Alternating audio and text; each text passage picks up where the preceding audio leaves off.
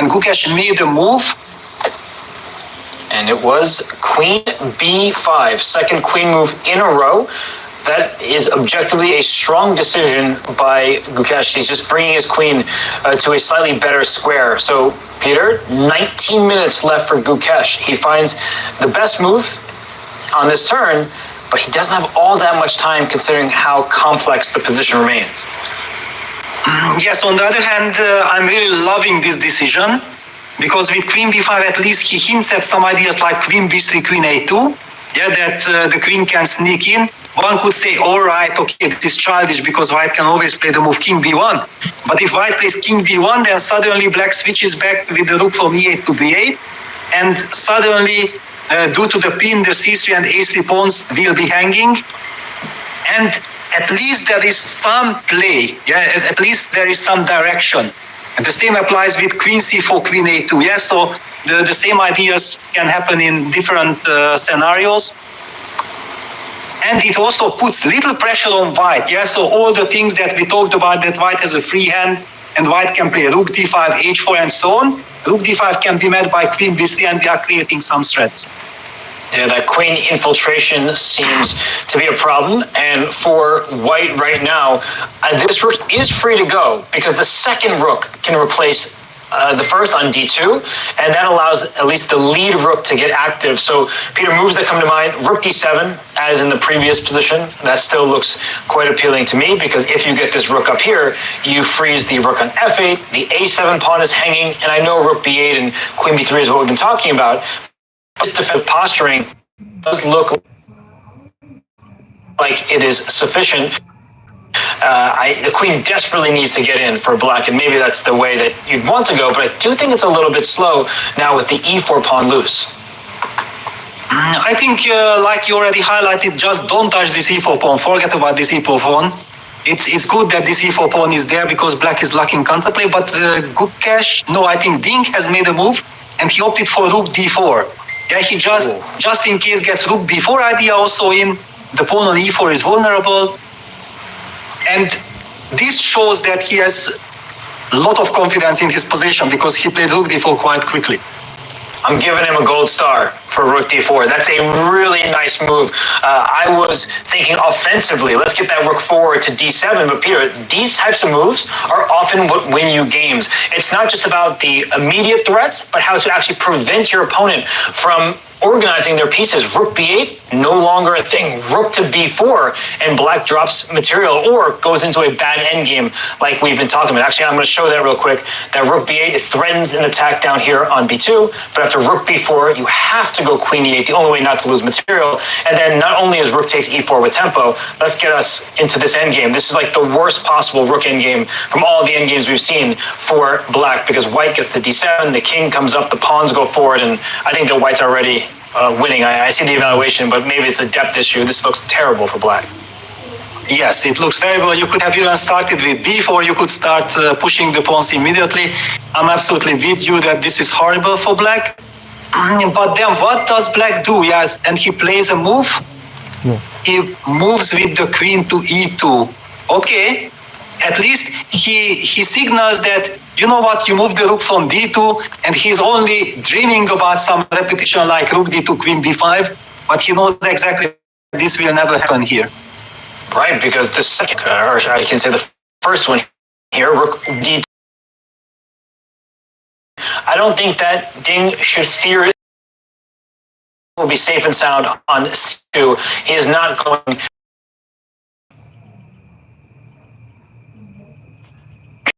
So these are big decisions still for Ding Liren. He could repeat the moves at least once if he so chooses. Rook 1 to d2 looks pretty good. And, you know, Ding is, I think, coming into his own right now. I think with yesterday's game, he didn't press as much as he could have, but it was a nice recovery considering he lost in game 3. He's been able to stabilize himself, and not stabilize, but play for more. So while Ding, he's sitting, he's calculating. He talked with Mike Klein, and it was Mike Klein's with one of the world's biggest YouTube and Twitch chess streamers in Singapore. So let's take a look at that conversation. chess can be categorized into two categories. You have scientists. We are on the hunt for one of the world's largest chess streamers, and I think we have found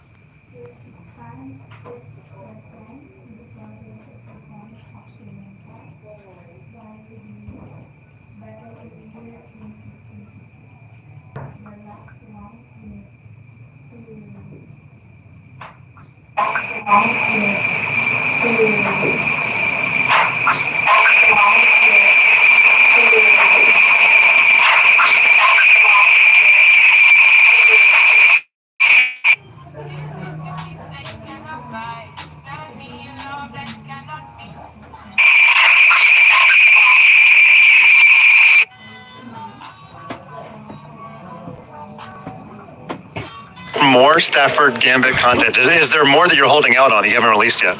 I mean, it's difficult when my opponent plays knight c3 on move 3 and doesn't go into a Stafford. It kind of breaks my heart. But I think he's trying to win and not go viral. I actually have some students that play the Stafford, and I want to punch them, except I remember you're a nice guy, so I don't do that, actually. I try and avoid punching people, too. I've never gotten into boxing or just boxing. Okay, I'm running out of questions. Let's get one from the crowd. Who's got a trivia question for Eric to bug him during his game? Anything. Okay, we'll let you get back to it, but let me ask you, what else are you going to be doing besides streaming while you're here? Eating a lot of food. I'm so excited because one of my favorite cuisines is Asian food. Yeah, but that's kind of a broad. That's a continent. Can you isolate it a little bit more for us? I mean, Thai, Japanese, Chinese, but like here it's just food, like noodles and soup and dumplings and. Yeah, it's awesome. But let me get out of here with a real chess question. You got a wild card for the World Rapid and Blitz.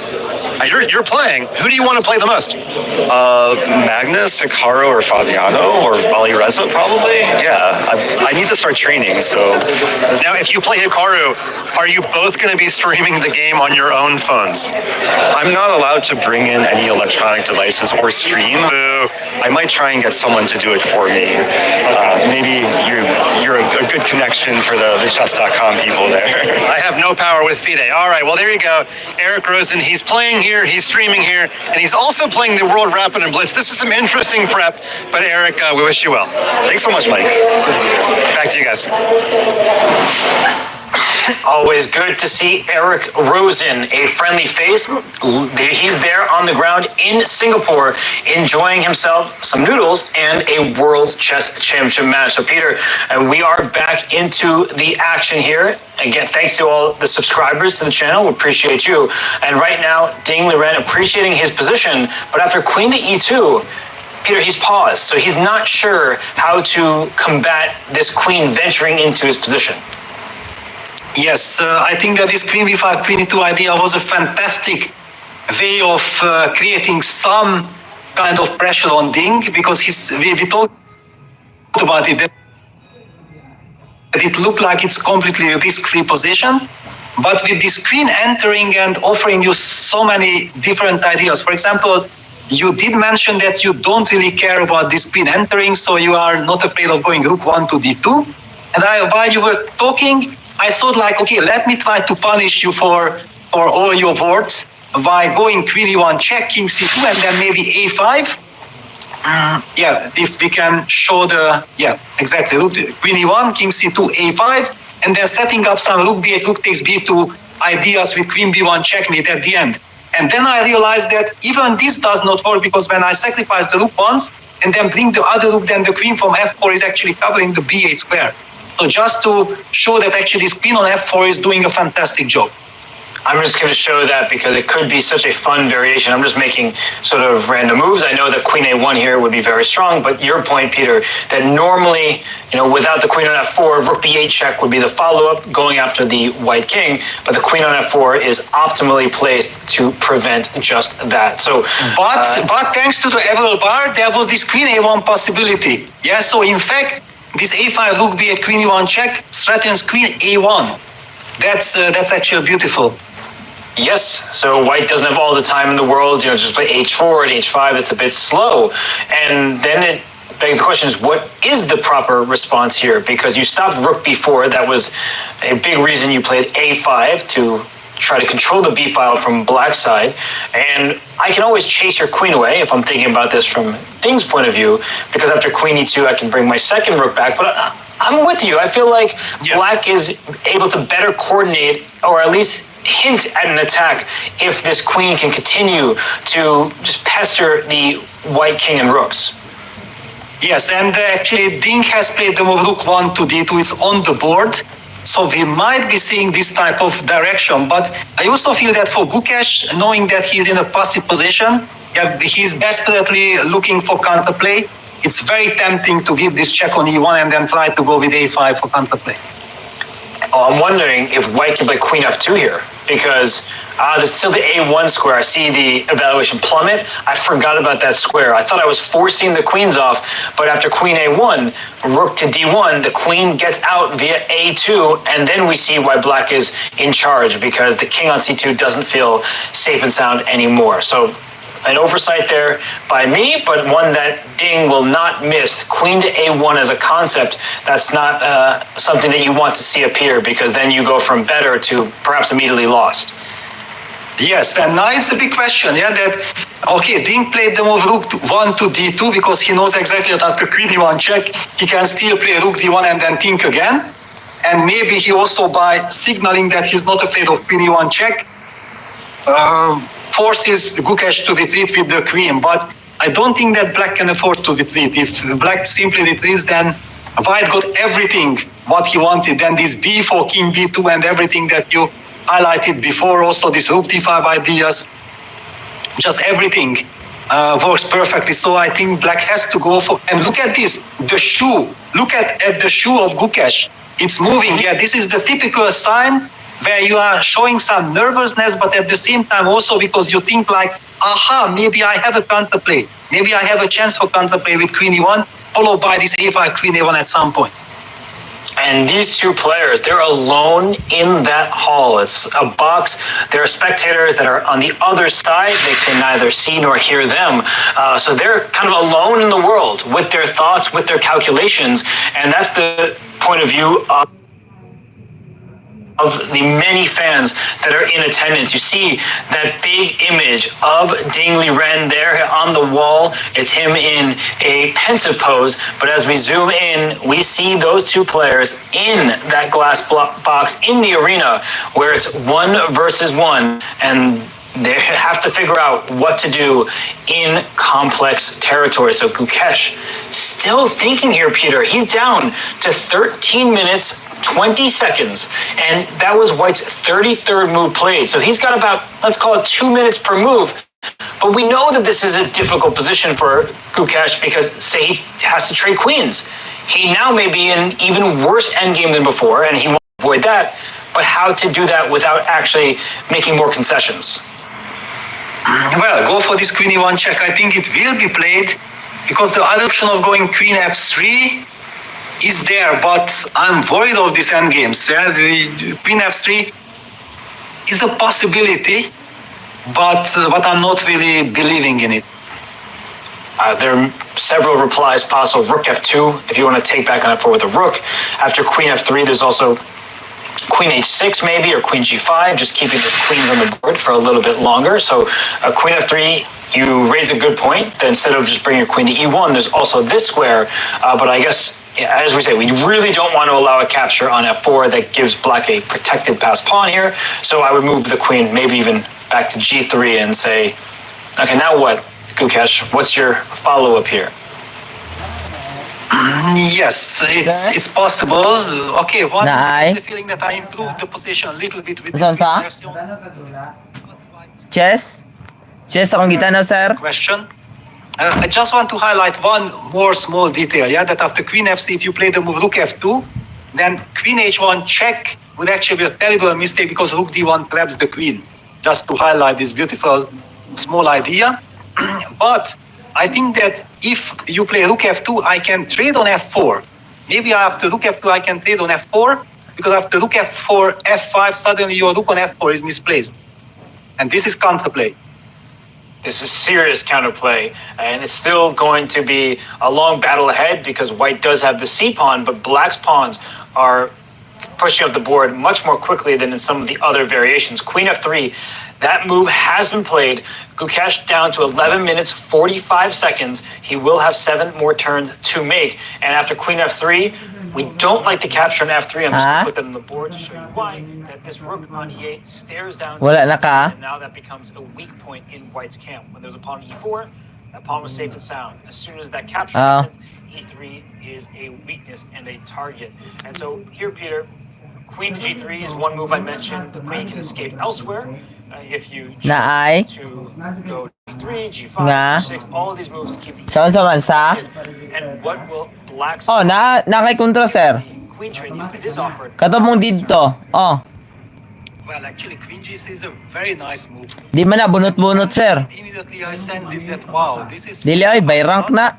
Because Kay Fide naman to. there was a moment when Apil bata ganito. take G3, H take Nay bata, makontra og okay dagko. for black, but we said that we don't believe that it's okay for black. Na It looks bad. And Dulo this ko is ganiha. an improved version for white. pero kuan to katong kuan na ba nangahuman na? But Katong dali ra mga nahuman bitaw, sir. improve the position. I cannot play the move Oh. 5 because the queen from G6. Katong mutong-tong sa ibabaw, mo to say top. It's a nice little touch. This queen G3 and also so frustrating. Ha? The opponent plays a bit like this, and you want it to Kuan pod, ay dili, sila ang pinakadakog daog sa kuan. Oh, sa kanang sinugdanan, first game, mo to sila pinakataas og ranggo. Pag ang nabilin dito sa ibabaw, mo to sila pinakakuan. Mo to sila pinakadaghag daog. Pagkasunod game, mapulihan to sila, mo to yung pinakadaghag daog kibale. Dahil dakog rank. Coming to my mind, I could see a more aggressive approach. being Puli-pulihan mo. because Dahil mahibawan jud kinsay top. It's not the best decision for Ding. And Dayon na ako nahibawan dito nga sulat, sir. to be strong. Updated, nasli updated yung saan pagsulat. Easy to choose which one. Di Which square pare, that is. di pareha. That's why Ding Hatagag has sheet of paper some time, tagsa-tagsa. healthy lead on the clock as we approach move forward. Musulat siya sa black, musulat po siya sa white. Yeah, time trouble will be crucial. Ha? But still, for Ding, I think Oh. time trouble isn't an issue because his moves Isulat yung mga moves sa naturally. black, isulat po It's nila much ang more move sa white. Of black's problem here, yeah, because Mm. to find counterplay it's so difficult. I have to give a lot of credit to Gukesh. Yeah, there was this moment when he played the move Queen A5 Ace, and he was thinking again. We were really worried, like, hey, how are you going to defend this? And he understood that the rook on E8 has to stay. This is kind of a stronghold. And he find this Queen B5, Queen E2, Queen F6. Ha? Some particular problems. Wala na ka? Way how you have to play, you have to defend tough positions. Wala na kadaog? Your opponent also choice. Kadaog yapon si Roy? Giving the impression that actually yes, Mandapit sir sa objectively worse, but I'm playing very well. ang atua? Miss Ok? Is doing the best that he can to hang on here, but the story Aw. the dominating one is that he La lisod? this game made a Piki draw, man. entered his rest day with a Dakang gahi, sir. where he'll get the white pieces 2 days from now. But right now, he has played Queen F3, a very strong reply. And you see Ding, he keeps looking across at his opponent. Piki lagi. And he's studying the board, glancing over at Gukesh. He's undoubtedly surprised that the game continued and that he was able to obtain this position. And now it's about maximizing your chances. So, Peter, as we talk about specifics, I know I mentioned Queen H6, but But I'm lang. actually going to throw that one away because I don't like the Queen being so offside. May pa na sila kay Fide rated na sila. Checkmating net, but I feel like the Queen needs to be a bit Kami kay closer to the action. So I unrated don't pa man, love may. that suggestion I made so much, and by a process of elimination, it leaves us Lagi. with G5, which I like, and I think my sort of calm, cautious approach is to play Queen G3. Yes, Queen G6 was your original idea. I'm here. I can confirm. All our viewers can confirm that it was the first move that you Oh, maayo ka. as a good commentator, you also had to highlight. Ay katong natagan ni mo minal. Like, Sadya. Queen H6. Mao ka to. I'm absolutely with you. I wanted to say that. Lagi gani. Of Queen H6, please. Ka 3 mil unta to sir court. I don't care about 3 it. mil. I'm much more worried of Queen G3 Oh. because this small little move and you have the Mafidi pag yun ka. You don't need to create anything. Gane. Just make sure that black is unable to create counterplay.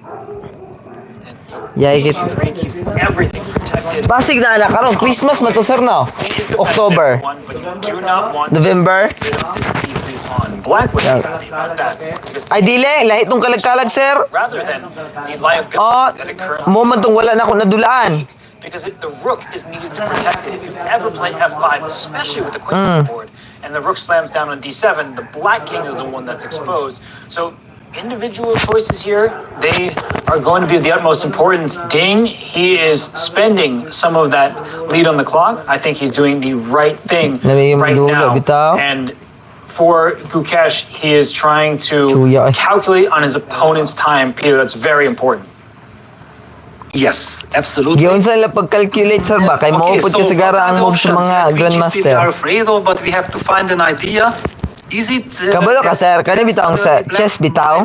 Again, switch to this queen Di F1 magsilbi check sir og idea, like random nga MC lang ang mo kuan. Queen A1 Mo unsa na mo istorya ane? If you think like with queen GC you want to Di magsilbi. anyway just block everything, then after Dapat check ang mga commentator sila kay grandmaster puro. and wait for Ding to show. Kay mag-analyze man. To kick that queen away from E2 because that queen on E2 was irritating as well. Mingaw biya pug kayo. We sort of have a dance going on where Naka nakabalo-balo lang, dili slightly magsilbi. changing, but the same themes arise.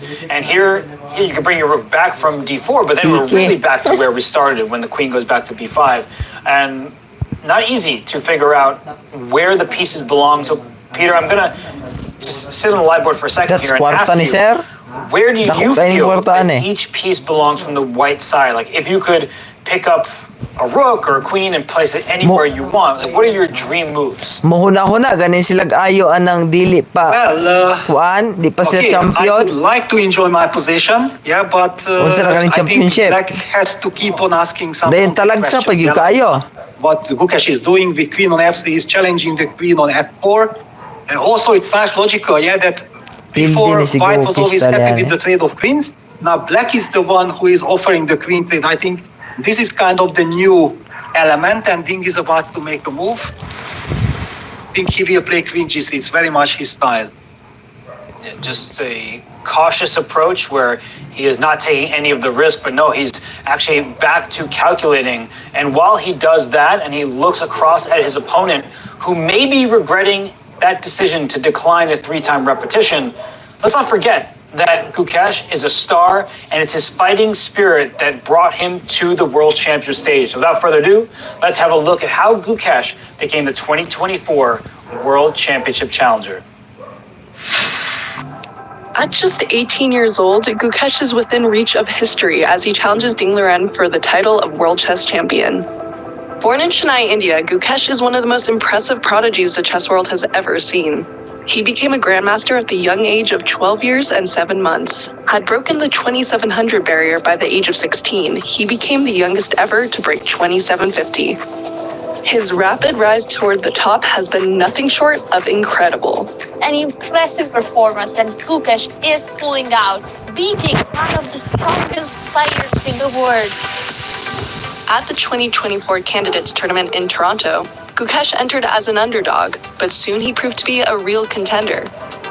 After suffering a setback and losing from an excellent position to Fruja in round 7, the young Indian came back strong in the second half of the event by winning 3 games. What a moment. There it is. Wow.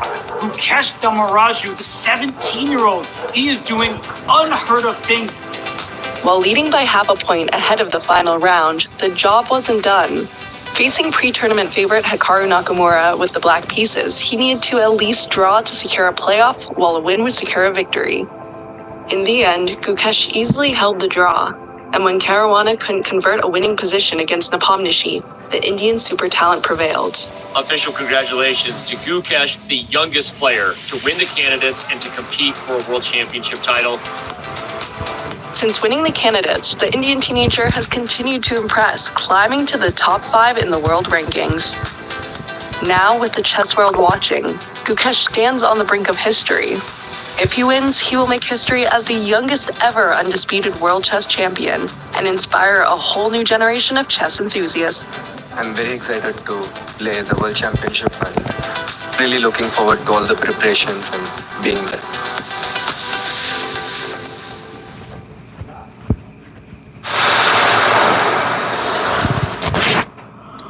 Gukesh Damaraju, a name that has blossomed in the chess world, a name that you will be hearing for many, many years to come. Whether that name will be attached to the World Championship crown, that's a big question. And Ding, he does not want to allow that. Right now, Gukesh, he's been on the defensive. It was his own doing as he declined a 3-time repetition and a draw. So Peter, Ding is still calculating here. He's down to 14 minutes himself. We have played 33 moves of game 6 of this match. Do you think that Ding is concerned about something, or he's just trying to execute with pinpoint precision?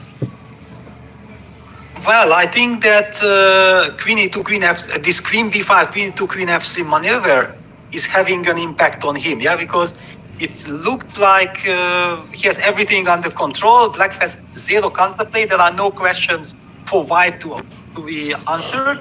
Just enjoy and improve the position. And all of a sudden, Gukesh created this chance, showing his fantastic ability of fighting back from any situations. Yeah, clearly he was very upset with himself, but it did not stop him from finding resources. And now he's back to playing best moves with Queen B5, Queen E2, Queen F3. King C2 played by Ding, allowing the trade on F4. I can't believe what we are seeing here. This might be a test. This is a huge moment where Ding plays King to C2, and it was something I was actually about to bring up, not this specific move, but the King felt unsafe. And if I'm just going to pick up a piece because I can drag it to A2. If the King were on A2, that's good when queens are on the board, but bad when the queens get traded because the King should be close to the center. And Peter, no player in the world can calculate so far ahead to determine with absolute certainty that Queen takes F4 is okay for Black. I see the evaluation bar, it went closer to the center. Queen takes F4 is best, but if we're being realistic, Peter, a really difficult move to play, even if you want to, because you're not 100% sold that the ensuing endgame will be good enough as the King and the C pawn and the B pawn, they're all coming to approach the Black side. Yes, absolutely true. On the other hand, I was also very happy and relieved from Black side that, wow, I get a chance of trading on F4 and then we'll have a passer, E-passer, but I get your point because White has everything under control. Black will probably trade and have to play Rook E7 and Rook F8 and then King G7. That's kind of the best setup, and he trades the queens. And the immediate reply, of course, is to capture back. And with Gukesh about to dip to 10 minutes, that was the 35th move played by Ding. So that means that Gukesh, he needs to play 6 moves in 10 minutes. So we're getting to that territory, Peter, where we're almost there, but not quite, F5. to get additional time. An F5 played. F5 played, yes, because actually I immediately understood that.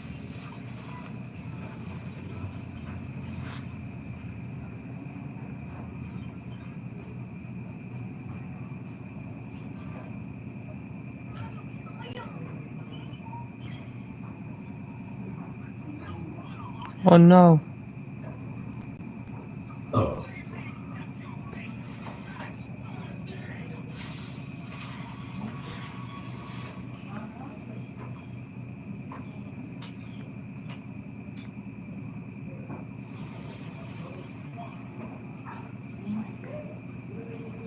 Can get very messy. Black could even win this game. So we've been talking about one-way traffic for Ding Liren.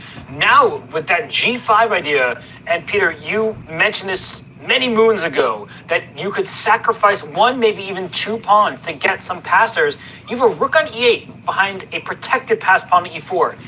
I think we have to just quickly bring up a board and show a couple of lines, because if White is careless here, let's say you just say, I'm going to play B4 because Robert's been talking about that for a while, and we get G5, and you in fact take on G5, look at this, game over. Black would win because there's E3 and F4 and F3, and the rooks are perfectly placed behind those passed pawns, so White's ahead material, but is definitely going to lose that game.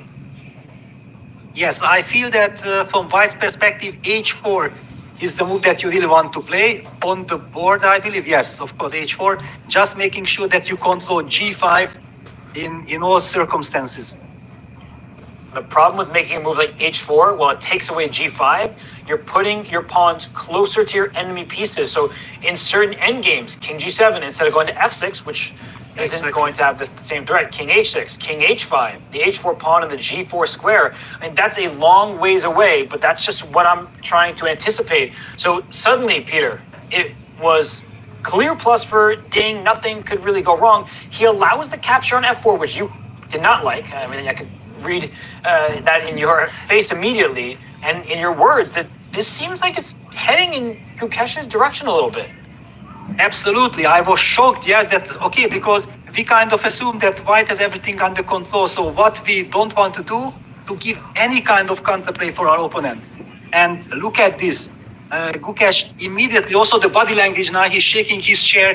He understands that time trouble is approaching, and then getting the counter chance possibility. This is practically so important, that he sees that he has this king g7, king h6 idea. You can even close your eyes and go, and you might even have winning chances. It's a very messy endgame.